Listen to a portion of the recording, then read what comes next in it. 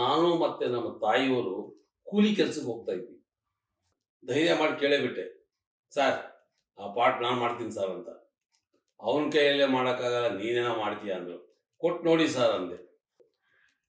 First ಶೋಗೆ ಒಂದು tea ಒಂದು bun, second ಶೋಗೆ ಒಂದು ಟೀ ಒಂದು ಬನ್ ಕೊಡೋರು.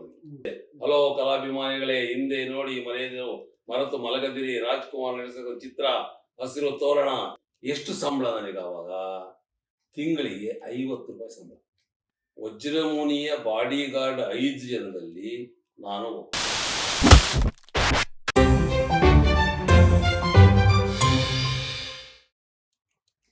ನಾನು ಚಿತ್ರದುರ್ಗ ಡಿಸ್ಟ್ರಿಕ್ಟ್ ಹೊಳಲ್ಕೆರೆ ಅಂತ ವೃತ್ತದಲ್ಲಿ ಜನ್ಮ ತಾಳಿದ್ದು. ನಾನು 2/3/1949 ಜನನ. ನಾನು ಹುಟ್ಟಿದಾಗ ಕರೆಂಟ್ ಇರಲಿಲ್ಲ, ಅಂದರೆ ಇದು ಕರೆಂಟೇ ಬಂದಿರಲಿಲ್ಲ ಆ ಊರಿಗೆ. ಸ್ವಲ್ಪ ಬಡತನ ನಮ್ಮದು. ನಮ್ಮ ತಂದೆಯವರು NES ಆಫೀಸಲ್ಲಿ ಜೀಪ್ ಡ್ರೈವರ್ ಆಗಿತ್ತು. ಅದು ಬ್ರಿಟಿಷರ ಕಾಲ ಆವಾಗ. ಅದೇ ಒಂದು ಏನೋ ಸಂಬಳ ಬರ್ತಾ ಇರಲಿಲ್ಲ, ಆದರೂ ಜೀವನ ನಡೀತಾ ಇತ್ತು. ಆಮೇಲೆ ಭಾಳ ಬಡತನ ಇರೋದ್ರೆ ನಮಗೆ ಊಟದ್ದು ಸ್ವಲ್ಪ ತೊಂದರೆ. ಅಂದರೆ ಆಗಿನ ಇದಕ್ಕೆ ಓಕೆ. ನಮ್ಮ ಅಜ್ಜಿ ಇದ್ದರು. ನಮ್ಮ ಅಜ್ಜಿ ಏನು ಮಾಡ್ತಾಯಿದ್ರು, ಮಧ್ಯಾಹ್ನ ಊಟಕ್ಕೆ ಅಂತೇಳಿ ರಾಗಿ ರೊಟ್ಟಿನ ಮುರಿದು ಜೇಬಲ್ಲಿ ಹಾಕಿ ಕಳಿಸೋರು ನನಗೆ. ಅವಾಗೆಲ್ಲ ಏನಂತ ಉತ್ತಮ ಪರಿಸ್ಥಿತಿ ಇರಲಿಲ್ಲ. ನಾವೇನು ಮಾಡ್ತಾಯಿದ್ವಿ, ಆ ರಾಗಿ ರೊಟ್ಟಿನ ಜೇಬಲ್ಲಿ ಇಟ್ಕೊಂಡು ಸ್ಕೂಲಿಗೆ ಹೋಗಿ, ಸ್ಕೂಲ್ನಲ್ಲಿ ಮಧ್ಯಾಹ್ನದ ಮೇಲೆ ಸೀದಾ ತೋಟಕ್ಕೆ ಹೋಗಿ ಲಗ್ಗೆ ಹಾಕಿ ಅಲ್ಲಿ ಈಜಾಡಿಕೊಂಡು ಮರಕೋತಿ ಆಡ್ಕೊಂಡು ಬರ್ತಾಯಿದ್ವಿ. ಸರಿ, 8ನೇ ತರಗತಿಗೆ ಬಂದೆ. 8ನೇ ತರಗತಿಗೆ ಬಂದಾಗ ಸ್ವಲ್ಪ ಬುದ್ಧಿ ಬಂತು. ಅಷ್ಟೊತ್ತಿಗೆಲ್ಲ ಕರೆಂಟ್ ಬಂದಿತ್ತು, ನಮಗೆ ಸ್ವಲ್ಪ ಬುದ್ಧಿ ಬಂದಿತ್ತು. ಆಗ ನಮಗೆ ಏನಾಯಿತು, ಈ ಸ್ಕೂಲ್ ಡೇ ಅಂತ ಅಲ್ಲಿದೆ. ಈ ಸ್ಕೂಲ್ ಡೇನಲ್ಲಿ ಸ್ಕೂಲ್ ಡೇ, ಈಗ ಸ್ಕೂಲ್ ಡೇ ಅಂತಾರೆ, ಆವಾಗ ಶಾರದಾ ಪೂಜೆ ಅಂತ ಇದ್ರು. ಪ್ರತಿ ವರ್ಷಕ್ಕೊಂದ್ಸರಿ ಶಾರದಾ ಪೂಜೆ ಮಾಡ್ತಾ ಇದ್ರು. ಆ ಶಾರದಾ ಪೂಜೆಗೆ ಒಂದು ಎಂಟರ್ಟೈನ್ಮೆಂಟ್ ಪ್ರೋಗ್ರಾಮ್ ಅಂತ ಮಾಡಿದ್ರು. ಅದರಲ್ಲಿ ಒಂದು ನಾಟಕ, ನಮ್ಮ ಹುಡುಗರೆಲ್ಲ ಸೇರಿಸಿ ಒಂದು ನಾಟಕ ಮಾಡೋಕ್ಕೆ ಶುರು ಮಾಡಿದ್ರು. ಅದು ಗಂಡಸಲ್ವೇ ಗಂಡಸು ಅಂತಕ್ಕಂಥ ನಾಟಕ. ಆದರೆ ಅದರಲ್ಲಿ ನನಗೆ ಪಾತ್ರ ಕೊಡಲಿಲ್ಲ. ನನಗೆ ಭಾಳ ಬೇಜಾರಾಗೋಯ್ತು. ದಿನ ಪ್ರಾಕ್ಟೀಸ್ ಹತ್ರ ಹೋಗಿ ಕೂತ್ಕೋತಾ ಇದ್ದೆ. ಅದು ಒಂದು ಬೋಡಮ್ಮನ ಪಾತ್ರ ಬರ್ತಾ ಇದ್ದೆ ಅದರಲ್ಲಿ. ಸರಿ, ನನಗೆ ಮೇಷ್ಟ್ರಿಗೆ ಕೇಳಿದೆ, ಸರ್ ನಾನು ಪಾಠ ಮಾಡ್ತಾ ಇದ್ನಲ್ಲ ಸರ್, ಜನ ಜಾಸ್ತಿ ಇದ್ದಾರೆ ಹೋಗೋದ್ಬಿಟ್ರು. ಸರಿ, ಆದರೂ ನಮಗೆ ಬಿಡೋಕ್ಕಾಗಲಿಲ್ಲ. ದಿನ ಪ್ರಾಕ್ಟೀಸ್ ಸಾಯಂಕಾಲ ಆದ ತಕ್ಷಣ, ಸ್ಕೂಲ್ ಬಿಟ್ಟ ತಕ್ಷಣ ಹೋಗಿ ಕೂತ್ಕೋತಾ ಇದ್ದೆ. ಆಗ ಆ ಒಂದು ಪಾತ್ರ ಮಾಡ್ತಕ್ಕಂಥ ವಿದ್ಯಾರ್ಥಿ ಬೋಡಮ್ಮನ ಪಾತ್ರ ಸರಿಯಾಗಿ ಮಾಡ್ತಾ ಇರಲಿಲ್ಲ. ಸರಿಯಾಗಿ ಮಾಡದೆ ಮೇಷ್ಟ್ರು ಅವಾಗ ತಿದ್ದುತ್ತಾ ಇದ್ರು. ಸರಿ, ನಾನು ಹೇಗೋ ಅಲ್ಲಿ ಕೂತಿದ್ನಲ್ಲ, ಧೈರ್ಯ ಮಾಡಿ ಕೇಳೇಬಿಟ್ಟೆ, ಸರ್ ಆ ಪಾಠ ನಾನು ಮಾಡ್ತೀನಿ ಸರ್ ಅಂತ. ಅವನ ಕೈಯಲ್ಲೇ ಮಾಡೋಕ್ಕಾಗಲ್ಲ, ನೀನೇನೋ ಮಾಡ್ತೀಯ ಅಂದರು. ಕೊಟ್ಟು ನೋಡಿ ಸರ್ ಅಂದೆ. ಸರಿ, ಹಾಗಾದ್ರೆ ಮಾಡು ಅಂತ ಹೇಳಿದ್ರು. ಮಾಡಿದೆ, ಚೆನ್ನಾಗಾಗೋಯ್ತು. ಈಗ ನೀನೇ ಕಂಟಿನ್ಯೂ ಮಾಡು ಅಂತ ಹೇಳ್ಬಿಟ್ರು. ಆವಾಗ ಹಚ್ಚಿದ ಬಣ್ಣ ಆ ನಾಟಕಕ್ಕೆ ಮೊಟ್ಟ ಮೊದಲನೇ ಬಹುಮಾನ ಬಂತು ನನಗೆ. ಗಂಡಸಲ್ವೇ ಗಂಡಸು ಅಂತಕ್ಕಂಥ ನಾಟಕದಲ್ಲಿ. ಅದೇನೋ ಗೊತ್ತಿಲ್ಲ, ಆವಾಗ ಹಚ್ಚಿದ ಬಣ್ಣ ನಂಟು ಬಿಡಲೇ ಇಲ್ಲ. ನಮ್ಮ ತಂದೆಯವರು NES ಆಫೀಸಿಂದ ರಿಟೈರ್ಡ್ ಆದಮೇಲೆ ಒಂದು ಜಾಗದಲ್ಲಿ ಗುಡಿಸಲು ಹಾಕೊಂಡಿದ್ವಿ ನಾವು. ಈ ಕಸ್ತರಿಕೆ ಗುಡಿಸು ಅಂತಾರಲ್ಲ, ಆ ಗುಡಿಸಲು ಹಾಕ್ಕೊಂಡು ಜೀವನ ಮಾಡಿದ್ವಿ. ಭಾಳ ಅವಾಗ ಇನ್ನೂ ರಿಟೈರ್ಮೆಂಟ್ ಹಣನೂ ಬಂದಿರಲಿಲ್ಲ ನಮಗೆ.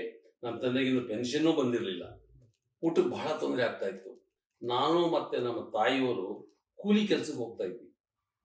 ಕೆಲವು ಹೊಲದಲ್ಲಿ ಕಡಲೆಕಾಯಿ ಕೀಳೋದು, ಕಳೆ ಕೀಳೋದು, ಆ ಜೋಳ ಎಲ್ಲ ಕುಯ್ದು ಅದನ್ನು ಒಟ್ಟಿ ಹಾಕೋದು. ಆಮೇಲೆ ತೋಟಕ್ಕೆ ಹೋಗಿ ಅಲ್ಲಿ ಮಣ್ಣು ಅಗೆದು ತೆಂಗಿನ ಮರಕ್ಕೆ ಬುಡ ತುಂಬೋದು, ತೆಂಗಿನಕಾಯಿ ಇಳಿಸ್ದಾಗಲ್ಲ ಅದನ್ನೆಲ್ಲ ಒಂದು ಕಡೆ ಹಾಕೋದು. ಈ ರೀತಿ ಕೆಲಸದಲ್ಲಿ ನಾನು ಮತ್ತು ನಮ್ಮ ತಾಯಿಯವರು ಹೋಗ್ತಾ ಇದ್ವಿ. ಅದೊತ್ತು ಅಲ್ಲವಾಗೇನೋ ಕೂಲಿ ನಮಗೆ ಜಾಸ್ತಿ ಸಿಗ್ತಿರಲಿಲ್ಲ. 1 ರೂಪಾಯಿನೋ ಏನೋ ಕೊಡ್ತಾ ಇದ್ರು, ಅವಾಗ ಸಾಲ್ತಿರ್ಲಿಲ್ಲ. ಅವಾಗ ಏನು ಮಾಡಿದೆ, ನಾನು ಹಗಲೊತ್ತು ಕೂಲಿಗೆ ಹೋಗ್ತಿದ್ದೆ. ಸಾಯಂಕಾಲ 6 ಗಂಟೆ ಮೇಲೆ ಅಲ್ಲೊಂದು ಮಲ್ಲಿಕಾರ್ಜುನ ಟೂರಿಂಗ್ ಟ್ಯಾಕ್ಸ್ ಅಂತಿದೆ, ಅಲ್ಲಿ ಕೆಲಸಕ್ಕೆ ಹೋಗ್ತಾ ಇದ್ದೆ ನಾನು. ಸಾಯಂಕಾಲ 6 ಗಂಟೆಗೆ, 6 ಗಂಟೆಯಿಂದ ಫಸ್ಟ್ ಶೋ ಸೆಕೆಂಡ್ ಶೋ ಹಿಂಗೆ ಇತ್ತು. ಆವಾಗ ಆ ಮಾಲೀಕ ಏನು ಮಾಡೋನು, 2 ಶೋಗೆ ಸೇರಿ 1 ರೂಪಾಯಿ ಕೊಡೋದು. ಅಲ್ಲಿ ಏನು ಕೆಲಸ ಮಾಡ್ತಿದ್ರೆ? ಆಪರೇಟರ್ ಕೆಲಸ. ಈ ಸಿನಿಮಾ ರೀಲ್ಸ್ ತೋದಿದೆಯಲ್ಲ, ಆ ಆಪರೇಟರ್ ಕೆಲಸ ಮಾಡ್ತಿದ್ದೆ. ಅಂದರೆ ಮೇನ್ ಆಪರೇಟರ್ ಏನು ಮಾಡ್ತಿದ್ರು, ಸ್ಟಾರ್ಟ್ ಮಾಡಿಕೊಟ್ಟು ಹೋಗ್ಬಿಡ್ತಾ ಇದ್ರು. ಫಿಲಮ್ ಸ್ಟಾರ್ಟ್ ಮಾಡಿಕೊಟ್ಟು ಹೋಗ್ತಾ ಇದ್ರು. ನಾನು ರೀಲ್ ಚೇಂಜ್ ಮಾಡಿಕೊಂಡು ರಿವೆಂಡಿಂಗ್ ಮಾಡ್ಕೊಂಡು ಎಲ್ಲ ಮಾಡ್ಕೊಂಡು ಮಾಡ್ತಾ ಇದ್ದೆ. ಏನು ಕೊಡೋರು, ಫಸ್ಟ್ ಶೋಗೆ ಒಂದು ಟೀ ಒಂದು ಬನ್ನು, ಸೆಕೆಂಡ್ ಶೋಗೆ ಒಂದು ಟೀ ಒಂದು ಬನ್ನು ಕೊಡೋರು ನನಗೆ. ಮತ್ತೆ ರಜಾ ಕೂಲಿ ಇಲ್ಲದೇ ಇದ್ದ ದಿವಸ ಸಿನಿಮಾ ಅಡ್ವರ್ಟೈಸಿಗೆ ಹೋಗ್ತಾ ಇದ್ದೆ ನಾನು. ಈ ಬೋರ್ಡ್ ಕಟ್ಕೊಂಡು ಯಾವ್ದಾದ್ರು ಬಂದರೆ ಅದಕ್ಕೆ ರಾಜ್ಕುಮಾರ್ ಪಿಕ್ಚರ್ ಬಂದರೆ ವಿಷ್ಣುವರ್ಧನ್ ಪಿಕ್ಚರ್ ಬಂದರೆ ನಾನು ಬೋರ್ಡ್ ಕಟ್ಕೊಂಡು ಹೋಗ್ತಾ ಇದ್ದೆ ಅಡ್ವರ್ಟೈಸ್ಮೆಂಟಿಗೆ. ಹಲೋ ಕಲಾಭಿಮಾನಿಗಳೇ, ಹಿಂದೆ ನೋಡಿ ಮನೆಯನ್ನು ಮರೆತು ಮಲಗದಿರಿ, ರಾಜ್ಕುಮಾರ್ ನಡೆಸಿದ ಚಿತ್ರ ಹಸಿರು ತೋರಣ, ಎಂದೆಂದು ನೋಡದೇ ಇರತಕ್ಕಂಥ ಚಿತ್ರವನ್ನು ನೋಡಲು ಮರೆಯಬೇಡಿ, ಇದಿನ ನಾಳೆ ಅನ್ನೋದು ಇವತ್ತೇ ಬಂದು ನೋಡಿ ಆನಂದ ಪಡಿ ಅಂತೇಳಿ ಇರ್ತೀನಿ. ಆ ಕೆಲಸನ ಮಾಡ್ತಾ ಇದ್ದೆ. ಅವಾಗ ಅದಕ್ಕೆ ₹1 ಕೊಡೋದು. ಬೆಳಿಗ್ಗೆ ಶುರು ಮಾಡಿದ್ರೆ ಅಡ್ವರ್ಟೈಸು ಸಾಯಂಕಾಲ 6 ಗಂಟೆವರೆಗೂ ಮಾಡ್ತಿದ್ದೆ. 6 ಗಂಟೆ ಮೇಲೆ ಮತ್ತೆ ಥಿಯೇಟ್ರಿಗೆ ಬರ್ತಾ ಇದ್ದೆ. ಹೀಗೆ ಇರ್ಬೇಕಾದ್ರೆ SLC ಪಾಸ್ ಆಯಿತು. SLC ಪಾಸ್ ಆದಾಗ ಏನು ಮಾಡಬೇಕು, ಎಷ್ಟು ದಿವಸ ಅಂದಿದ್ರೆ ಇರೋದು ಅಂತೇಳಿ ಅಲ್ಲಿ ನಮ್ಮ ಡಾಕ್ಟರ್ ಶಂಕರ್ ಶೆಟ್ಟಿ ಅಂತ ಹೋಗಿದ್ದಾರೆ ಹೊಳಲ್ಕೆರೆ. ಅವರು ಒಳ್ಳೆ ಫೇಮಸ್ ಡಾಕ್ಟ್ರು. ಅವ್ರು ಯಾವಾಗಲೂ ತೋಟಕ್ಕೆ ಹೋಗ್ಬೇಕಾದ್ರೆ ನಮ್ಮ ಮನೆ ಒಂದು ಗುಡಿಸಲು ಹಾಕ್ಕೊಂಡಿದ್ವಲ್ಲ, ಆ ಮನೆ ಮುಂದೆ ಹೋಗ್ಬೇಕು ಅವ್ರ ತೋಟಕ್ಕೆ ಹೋಗ್ತಾ ಇದ್ರು. ನಾನು ನೋಡ್ತಾ ಇದ್ರು. ನಾನೇ ಮಾಡೋದು ಅವ್ರ ತೋಟಕ್ಕೆ ಕೆಲಸಕ್ಕೂ ಹೋಗ್ತಾ ಇದ್ದೆ ನಾನು. ಆವಾಗ ಏನಂದರೆ ಈ ಕೂಲಿ ತಗೋಬೇಕಾದ್ರೆ ವಾರಕ್ಕೊಂದ್ಸರಿ ಕೂಲಿ, ಅದು ಹೋಗಿ ನಾವು ಅವ್ರ ಡಾಕ್ಟರ್ ಶಾಪ್ ಹತ್ರ ನಿಂತ್ಕೋತಾ ಇದ್ವಿ. ಹೀಗೆ ಇರ್ಬೇಕಾದ್ರೆ ಒಂದ್ಸರಿ ಹೋಗಿ ಆಸ್ಪತ್ರೆ ಹತ್ರ ನಿಂತ್ಕೊಂಡು ಡಾಕ್ಟ್ರನ್ನ ನೋಡಿದ್ರು. ಡಾಕ್ಟ್ರನ್ನ ನೋಡಿ ಯಾರು ಏನು ಮಾಡಕ್ಕೆ ಬರ್ತಾರೆ ಇವ್ರ ತೋಟಕ್ಕೆ? ಇಲ್ಲ, ಮಣ್ಣಗೆಕ್ಕೆ ಗಿಡಕ್ಕೆ ಮಣ್ಣು ತುಂಬಕ್ಕೆ ಬರ್ತಾನೆ, ಆಮೇಲೆ ತೆಂಗಿನಕಾಯಿ ಎಲ್ಲ ಬರ್ತಾನೆ. ಹೌದಾ? ಸರಿ ಸರಿ ಸರಿ. ಆಮೇಲೆ ಹೇಳಿದ್ರು, ನೋಡು ನಾಳೆ ಬೆಳಿಗ್ಗೆ ಮನೆ ಹತ್ರ ಬಾ ಅಂದರು. ಸರಿ, ನನಗೇನನ್ಸುತ್ತೆ ಮನೆಗೆ ಹೋದ ತಕ್ಷಣ ಅಲ್ಲಿ ಬೇರೆ ಏನೋ ಕೆಲಸ ಹೇಳ್ತಾರೇನೋ ಅಂತೇಳಿ ನಾನು ಸೀದಾ ಬೆಳಿಗ್ಗೆ ಮನೆ ಹತ್ರ ಹೋದೆ. ಬೆಳಿಗ್ಗೆ ಮನೆ ಹತ್ರ ಹೋದಾಗ ನನ್ನನ್ನು ಕರ್ಕೊಂಡೋದ್ರು. ಎಲ್ಲಿಗೆ ಕರ್ಕೊಂಡೋದ್ರು? ಆವಾಗ ಜಯಲಕ್ಷ್ಮಿ ಬ್ಯಾಂಕ್ ಅಂತ ಒಂದಿತ್ತು ಹೊಳಲ್ಕೆರೆಯಲ್ಲಿ. ಆ ಜಯಲಕ್ಷ್ಮಿ ಬ್ಯಾಂಕಿಗೆ ನನ್ನನ್ನು ಜವಾನನಾಗಿ ಸೇರಿಸಿದ್ರು. ಆವಾಗ ಊರಿನ ಪ್ರಮುಖರು ಯಾರೊಬ್ಬರು ರೆಕಮೆಂಡ್ ಮಾಡಿದ್ರೆ ಕೆಲಸ ಸಿಗೋಗ್ತಾ ಇತ್ತು. ಹಾಗಾಗಿ ಕೆಲಸ ಸಿಕ್ತು. ಎಷ್ಟು ಸಂಬಳ ನನಗೆ ಆವಾಗ? ತಿಂಗಳಿಗೆ ₹50 ಸಂಬಳ. ನನಗೆ ತಿಂಗಳಿಗೆ ಒಂದು ₹50 ಒಂದು ಕಡೆ ಎಲ್ಲೋ ಗಂಟು ಸಿಗುತ್ತೆ ಅನ್ನೋದೊಂದು ಗ್ಯಾರಂಟಿ ಆಯಿತು. ಈ ಮಧ್ಯದಲ್ಲಿ ಏನಾಯಿತು, ನಮ್ಮ ಈ ಹುಡುಗರನ್ನೆಲ್ಲ ಸೇರಿಸ್ಕೊಂಡು ಒಂದು ಕನ್ನಡ ಕಲಾ ಸಂಘ ಅಂತ ಮಾಡಿದೆ. ಇದರಲ್ಲಿ ಏನು ಮಾಡ್ತಿದ್ದೆ, ಪ್ರತಿ ದೀಪಾವಳಿ, ರಾಜ್ಯೋತ್ಸವ, ಯುಗಾದಿ ಇವಾಗೆಲ್ಲ ನಾಟಕಗಳನ್ನ ಆಡ್ತಾ ಇದ್ದೆ ನಾನು. ಹುಡುಗನ ಕಟ್ಕೊಂಡು, ನನ್ನ ಸಮವಯಸ್ಕರ ಹುಡುಗ ಕಟ್ಕೊಂಡು ನಾಟಕ ಆಡ್ತಾ ಇದ್ದೆ. ಒಂದ್ಸರಿ ಏನಾಯಿತು, ಆ ಊರಿಗೆ ಒಂದು ನಾಟಕ ಕಂಪನಿ ಬಂತು, ಸಿದ್ದೇಶ್ವರ ನಾಟ್ಯ ಸಂಘ ಅಂತೇಳಿ ಬಂತು. 1965-66 ತರಗೆ ಬಂತು. ಅವೇನೋ ಹುಡುಗ ನಾನು, ಕೂದಲೆಲ್ಲ ಭಾಳ ಚೆನ್ನಾಗಿತ್ತು. ಈಗ ತಲೆಗಳಾಗಿದೆ, ಮೊದಲ ಕೂದಲು ಭಾಳ ಚೆನ್ನಾಗಿತ್ತು. ಸರಿ, ಆ ನಾಟಕ ಕಂಪ್ನಿ ಬಂತು. ನಾಟಕ ಕಂಪ್ನಿ ಬಂದ ತಕ್ಷಣ ಅಲ್ಲಿ ನಾಟಕ ಆಡಿದ್ರು. ಆದರೆ ನಾಟಕ ಕಲೆಕ್ಷನ್ ಆಗಲಿಲ್ಲ, ಕಲೆಕ್ಷನ್ ಫೇಲ್ ಆಗುತ್ತೆ. ಮುಂದಿನ ಊರಿಗೆ ಹೋಗೋಕೆ ಅವ್ರಿಗೆ ದುಡ್ಡಿಲ್ಲ. ಸರಿ, ಹೀಗಿರ್ಬೇಕಾದ್ರೆ ಊರಿನ ಜನ ಏನು ಮಾಡಿದ್ರು, ರೀ ಯಾಕೆ ಒದ್ದಾಡ್ತೀರಾ? ಮಾಲೀಕರಿಗೆ ಹೇಳಿದ್ರು, ನಮ್ಮ ಊರಲ್ಲಿ ಒಬ್ಬ ನಟ ಇದ್ದಾನೆ ಜನಾರ್ದನ ಅಂಥೇಳಿ, ಅವ್ರನ್ನ ಹಾಕ್ಕೊಂಡು ನಾಟಕ ಮಾಡಿ ಕಲೆಕ್ಷನ್ ಆಗ ನಿಮಗೆ ಅಂತ ಹೇಳಿದ್ರು. ಸರಿ, ಅವರು ನಾಟಕದ ಮಾಲೀಕರು ನನ್ನ ಹತ್ರ ಬಂದರು. ನಾನು ಬ್ಯಾಂಕಲ್ಲಿದ್ದೆ. ಅವಾಗೇನು ಅಟೆಂಡ್ರೆ, ಸರ್ ನೀವು ನಾಟಕದಲ್ಲ ಮಾತು ಮಾಡಬೇಕು. ಏನೋ ನಿಮ್ಮ ಕಂಪ್ನಿಲ್ಲ? ಅಯ್ಯೋ, ನಾವೇನೋ ಹುಚ್ಚಾಟಕ್ಕೆ ನಾಟಕ ಆಡ್ತೀವ್ರಿ, ನಿಮ್ಮ ಕಂಪ್ನಿಲಿ ನಾಟಕ ಆಡಕ್ಕ? ನಮ್ಮ ಕೈಲಿ ಆಗಲ್ಲಪ್ಪ. ಇಲ್ಲ ಸರ್, ಮಾಡಬೇಕು, ಭಾಳ ಕಷ್ಟ ಇದೆ, ಊರಿನ ಜನ ಎಲ್ಲ ಹೇಳ್ತಾ ಇದ್ದಾರೆ, ನೋಡೋಣ ಸರ್, ನಮ್ಮ ಅದೃಷ್ಟ ಪರೀಕ್ಷೆ ಮಾಡೋಣ ಸರ್ ನಿಮ್ಮನ್ನು ಹಾಕ್ಕೊಂಡು. ಸರಿಯಪ್ಪ, ಆಯ್ತು. ಆ ನಾಟಕದಲ್ಲಿ ಒಂದು ನನ್ನ ಕಾಂಬಿನೇಷನ್ ಒಂದು ಕ್ಯಾರೆಕ್ಟರ್ ಬರುತ್ತೆ, ಬದುರ ಅಂತ. ಆ ಕ್ಯಾರೆಕ್ಟರ್ನ ಕುಳ್ಳಿ ಜಯ, ಆ ಜಯಮ್ಮನವ್ರು ಬಂದಿದ್ರು ನನ್ನ ಜೊತೆ ಪಾಠ ಮಾಡೋಕ್ಕೆ. ಆ ಕಂಪ್ನಿಗೆ ಬಂದಿದ್ರು. ಕಂಪ್ನಿಲಿ ಆ ಪಾಠ ನನ್ನ ಜೊತೆ ಮಾಡೋರು ಕುಳ್ಳಿ ಜಯಮ್ಮ. ಸರಿ, ನಾಟಕ ಸ್ಟಾರ್ಟ್ ಆಯಿತು. ಅದೇನು ನನ್ನ ಅದೃಷ್ಟನೋ ಅಥವಾ ಅವರ ಅದೃಷ್ಟನೋ ನನಗೆ ಗೊತ್ತಿಲ್ಲ, ಫುಲ್ ಹೌಸ್ಫುಲ್ ಕಲೆಕ್ಷನ್ ಆಗುತ್ತೆ. 4 ದಿವಸ, ಒಂದೇ ಶೋ, 2 ಶೋ ಇರಲಿಲ್ಲ, 4 ದಿವಸ ಮಾಡಿದೆ, ಫುಲ್ ಹೌಸ್ಫುಲ್. ಅದೇನೋ ನನ್ನ ಮೇಲೆ ಪ್ರೀತಿ ಇದ್ದ ಬಂದ್ರು ಏನೋ ಗೊತ್ತಿಲ್ಲ, ಒಟ್ಟು ಕಲೆಕ್ಷನ್ ಆಗೋಯ್ತು. ಕಲೆಕ್ಷನ್ ಆದ ತಕ್ಷಣ ಅವರು ಮುಂದಿನವರು ಯಾವಾಗ ಈಗ ನಾನು ಆಟ ಕಂಪನಿಯಲ್ಲಿ ಮಾಡಿದ್ನೋ ಅದು ಎಲ್ಲ ಕಡೆ ಪ್ರಚಾರ ಆಗೋಯ್ತು, ಎಲ್ಲ ನಾಟಕ ಕಂಪನಿಗಳಿಗೆ ಪ್ರಚಾರ ಆಗೋಯ್ತು. ಎಲ್ಲರೂ ನನ್ನನ್ನ ಸರ್ ಒಂದು 2 ದಿವಸಕ್ಕೆ ಬನ್ನಿ, 3 ದಿವಸಕ್ಕೆ ಬನ್ನಿ, 4 ದಿವಸಕ್ಕೆ ಬನ್ನಿ ಅಂತ ಕರಿದ್ರು. ಆಗ ನನ್ನ ಪಾತ್ರನ ಧೀರೇಂದ್ರ ಗೋಪಾಲ್ ಅವರು ಮಾಡ್ತಾ ಇದ್ರು ನಾಟಕ ಕಂಪನಿಗಳಲ್ಲಿ. ಧೀರೇಂದ್ರ ಗೋಪಾಲ್, ಸುಧೀರ್ ಇವರೆಲ್ಲ ಮಾಡ್ತಾ ಇದ್ರು. ಅವರಿಬ್ಬರು ಬಿಟ್ಟ ನಂತರ ನಾನೇ. ಆವಾಗ ಏನಾಯ್ತು, ಬ್ಯಾಂಕಲ್ಲಿ ಅಟೆಂಡರ್ ಆಗಿರ್ತಕ್ಕಂಥ ನಾನು ಪ್ರಮೋಷನ್ ಆಗಿ ಕ್ಲರ್ಕ್ ಆದೆ. ಕ್ಲರ್ಕ್ ಆದಾಗ ನನಗೆ ಸಂಬಳ 162 ರೂಪಾಯಿ ಸಂಬಳ.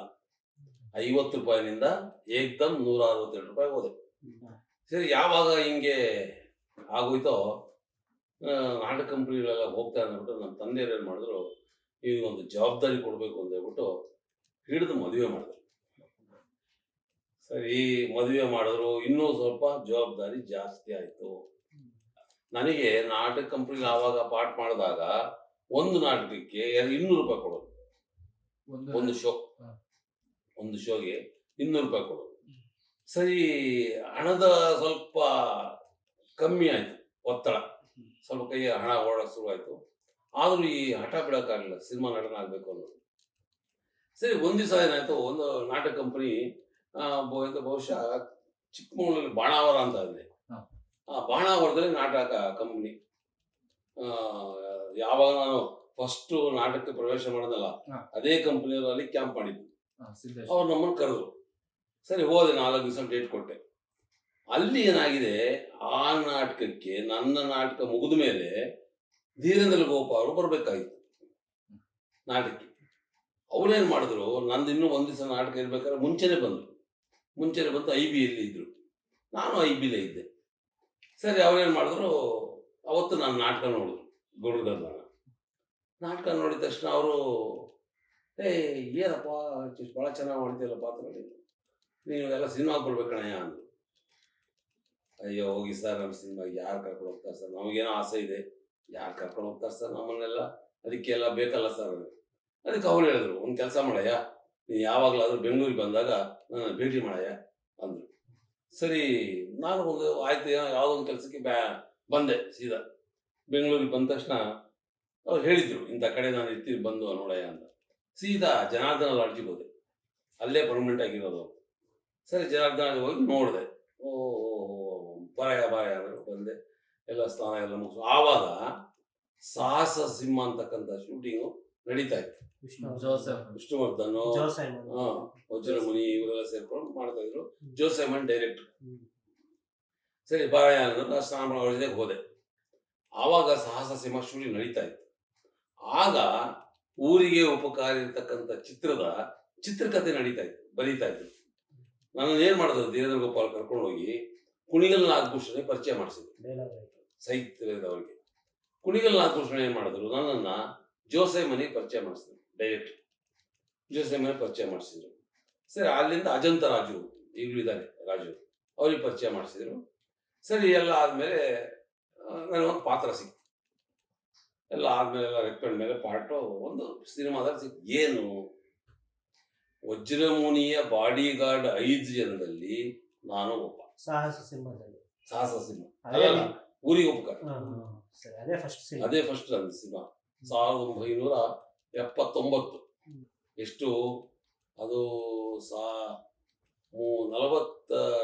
22 ದಿವಸ ಕೆಲಸ. ವಜ್ರಮುನಿ ಯಾವತ್ತಿರ್ತಾರ ಅವತ್ತು ನಾವಿರ್ಬೇಕು. ನನಗೆಷ್ಟು ಸಂಬಳ ಸಿಕ್ಕಿರ್ಬೋದು ಆವಾಗ. ನಾನು ಸಿನಿಮಾದಲ್ಲಿ ಪಾಠ ಮಾಡಿದಾಗ ಊರಿಗೆ ಉಪಕಾರಿ ಅನ್ನೋ ಚಿತ್ರದ ರೆಕಮೆಂಡೇಶನ್ನು 1250 ರೂಪಾಯಿ. ಜಾಸ್ತಿ ದಿವಸಕ್ಕೆ ಸರ್, 22 ದಿವಸಕ್ಕೆ. ಆ ಟೈಮಿಗೆ ನಮ್ಮ ತಂದೆಯವ್ರು ತೀರ್ಕೊಂಡಾಗ ಏನು ಮಾಡೋದು ಅಂತ ಅರ್ಥ ಆಗದೆ ಕೊನೆ ಮಾಡಿದೆ. ಬ್ಯಾಂಕ್ನಲ್ಲಿ ಸಾಲ ತಗೊಂಡು ಸಾಲ ಕೊಡ್ತಾ ಇದ್ದೆ, 20,000 ರೂಪಾಯಿ ಕೊಟ್ಟರು. ಆ ಸಾಲ ತಗೊಂಡು ಮನೆಯಲ್ಲಿ ಕಾರ್ಡ್ ಹಂಚಿದ್ನಲ್ಲ, ಅಲ್ಲಿಂದ ಮಂಗಳೂರು ಹಂಚಿಗೆ ಬಂದೆ. ಇಷ್ಟು ಮಧ್ಯದಲ್ಲೂ ಸಹ, ಇಷ್ಟೆಲ್ಲ ಕಷ್ಟ ಇದ್ರು ಸಹ ಬೆಂಗಳೂರಿಗೆ ಬಂದು ಪಾಠ ಮಾಡ್ತಾ ಇದ್ದೆ. ನಾನು ಹೊಳಲ್ಕೆರೆಯಿಂದ ಬೆಂಗಳೂರಿಗೆ ಬಂದು ಪಾಠ ಮಾಡ್ತಾ ಇದ್ದೆ. ಇಂಥದ್ರಲ್ವ ಒಂದೊಂದೇ ಸೀನ್ ಸಿಗೋದು ನಮಗೆ, ಜಾಸ್ತಿ ಸಿಗ್ತಿರ್ಲಿಲ್ಲ ಅವಾಗ. ಈಗ ಧೀರೇಂದ್ರ ಗೋಪಾಲ್ ಇದ್ದಂಥ ಪ್ರತಿಯೊಂದು ಪಿಕ್ಚರ್ ಪಾತ್ರ ಸಿಗ್ತಾ ಇತ್ತು. ಯಾಕಂದ್ರೆ ಮೊದಲೇ ಹೇಳ್ಬಿಡೋರು, ನಮ್ಮ ಹುಡುಗ ಇದ್ದಾನೆ ಕಣಯ್ಯ, ಅಲ್ಲೊಂದು ಪಾತ್ರ ಹಾಕಯ್ಯ ಅಂತ. ಜೋಸೆಮ್ಮ ಅಷ್ಟೇ, ಕುಣಿಗಲ್ ನಾಗಭೂಷಣ ಯಾವುದಕ್ಕೆ ಸಾಹಿತ್ಯ ಬರೀತಾರೋ ಅವ್ರು ನನ್ನ ಹೆಸರೇ ಬಳ್ಬಿಡೋರು, ಈ ಪಾಠ ಜನಾರ್ದನ ಅಂತ ಹೇಳಿ. ಈ ರೀತಿ ಆದಾಗ ಸಿನಿಮಾದಲ್ಲಿ ಪಾಠ ಮಾಡಿದೆ, ಚಿಕ್ಕ ಪುಟ್ಟ ಪಾಠಗಳೆಲ್ಲ ಮಾಡಿದೆ. ಈ ಪಾಠ ಮಾಡಿದಾಗ ಸ್ವಲ್ಪ ಊರಲ್ಲಿ ಜನಾರ್ದನ ಸಿನಿಮಾ ನಟ ಅನ್ನೋ ಒಂದು ಆಯಿತು. ನಾನು ಬೆಂಗಳೂರಿನ ಹೊಳಲ್ಕೆರೆಯಿಂದ ಬೆಂಗಳೂರು ಓಡಾಡ್ಕೊಂಡೆ 100 ಪಿಕ್ಚರ್ ಮಾಡಿದೆ ಇದೇ ಇದರಲ್ಲಿ. ಈ ಜಜ್ಜಾಟದಲ್ಲೇ ಆ ಕಡೆ ಬ್ಯಾಂಕು, ಈ ಕಡೆ ಸಂಸಾರ, ಈ ಕಡೆ ಥಿಯೇಟ್ರು ಅನ್ನೋದು ಇದರಲ್ಲೇ ಒಂದು 100 ಪಿಕ್ಚರ್ ಮಾಡಿದೆ. ಎಷ್ಟು ವರ್ಷ ಆಗಿದ್ದ? ಒಂದು 5 ವರ್ಷ ಆಗಿದ್ದ? ಇಲ್ಲ, 79, 80, 83 83 ತನಕ. ಯಾಕಂದ್ರೆ ಅಲ್ಲೇ ಆಗದವಾಗ ಧೀರೇಂದ್ರ ಗೋಪಾಲ್ ಫೇಮಸ್ ಇದ್ರು, ಎಲ್ಲಾ ಪಿಕ್ಚರ್ ಅವ್ರು ಇರ್ತಾ ಇತ್ತು. ಆಮೇಲೆ ಜೋಸೈಮನ್ ಒಳ್ಳೆ ಡೈರೆಕ್ಟರ್, ಅವಾಗ ಗಲ್ಲಾಪೆಟ್ಟಿ ಯಶಸ್ಸು ಡೈರೆಕ್ಟರ್, ಅವ್ರು ಮಾಡೋ ಪಿಕ್ಚರ್ ಎಲ್ಲ ನನಗೆ ಚಾನ್ಸ್ ಸಿಗ್ತಾ ಇತ್ತು. ಹೀಗಾಗಿ ನನಗೆ ಏನಾಯ್ತು, ಒಂದು 3 ವರ್ಷದಲ್ಲೇ 100 ಪಿಕ್ಚರ್ ಆಗೋಯ್ತು. ಒಂದೊಂದೇ ದಿವಸ ಕೆಲಸ, ಇನ್ಸ್ಪೆಕ್ಟ್ರು, ಪೊಲೀಸು, ದಫೇದಾರು, ಜಡ್ಜು, ಈ ಥರ ಕ್ಯಾರೆಕ್ಟರ್ ಸಿಕ್ಬಿಟ್ಟು ಆಗೋಯ್ತು. ಸ್ವಲ್ಪ ನನಗೆ ಹಿಂಗಾಯ್ತು, ಯಾಕೆ ಸಿನಿಮಾ ನಟ ಅಲ್ವಾ, ಸ್ವಲ್ಪ ಎದೆ ಒಪ್ಪಿಸ್ಕೊಂಡು ಓಡಾಡ ಹಂಗಾಯ್ತು.